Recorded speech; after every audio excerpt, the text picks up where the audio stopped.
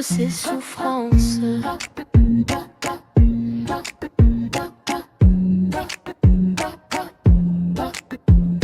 Heureux ceux qu'on insulte à cause de son nom, car le royaume des cieux est la lutte de leurs concessions. Le monde est la lumière, le verbe éternel devenu chair parmi nous, méprisé des hommes, abandonné de tout, sans violence ni colère dans sa bouche, sans péché dans son cœur. Il porta notre condamnation sous la juste fureur. À Gethsémane, la coupe était devant lui, le châtiment que méritait le pécheur fut bu par Christ à Golgotha. L'échange fut pleinement accompli, le juste pour les injustes, selon le plan écrit. Je ne souffre pas pour payer mes fautes, car son sang précieux a tout réglé à la croix.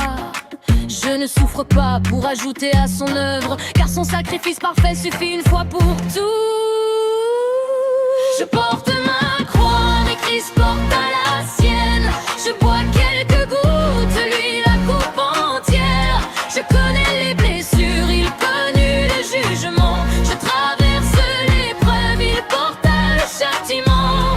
Persécuté, mais jamais abandonné, abattu, non anéanti. Car si je partage aujourd'hui ses souffrances, je partagerai demain sa gloire et sa présence. Paul portait les marques de son ministère, non comme des trophées, mais comme une prière.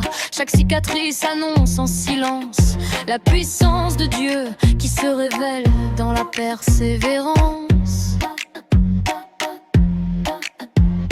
L'Esprit rend témoignage que nous sommes ses enfants, et si nous sommes héritiers, nous souffrons avec lui maintenant. Le chemin étroit n'a jamais promis les applaudissements, mais la fidélité jusqu'au bout des temps. Le disciple ressemble à son maître, la vigne taille les sarments pour les faire paraître. Le feu éprouve la foi plus que l'or périssable, afin que Christ soit glorifié dans ses rachetés.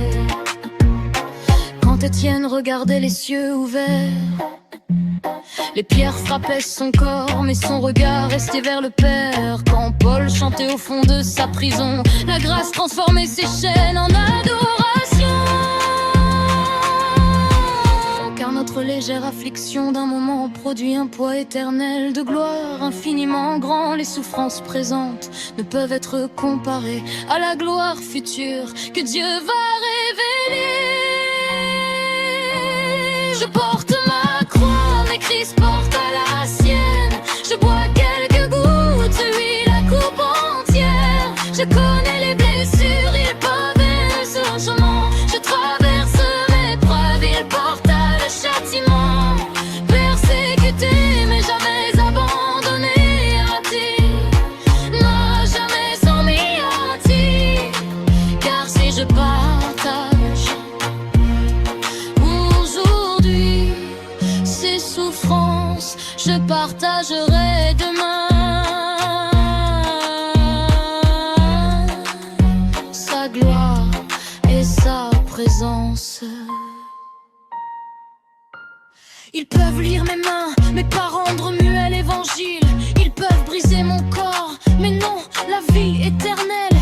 Ils peuvent prendre mes biens, mais non mon héritage. Ils peuvent ôter mon souffle, mais non mon salut. Car Christ est mort, Christ est ressuscité, Christ est assis à la droite du Père. Christ reviendra dans sa gloire.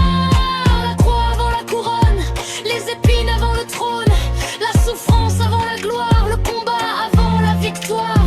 Un soldat à genoux devant le Christ est un combattant debout devant l'ennemi qui résiste. L'attente avant le royaume manifesté, nous suivons l'agneau rejeté, nous attendons le roi jaté. Lorsqu'apparaîtra le prince de paix, chaque larme versée pour son nom deviendra un témoignage éternel à la gloire de Jésus-Christ. L'agneau immolé, le ressuscité, le Seigneur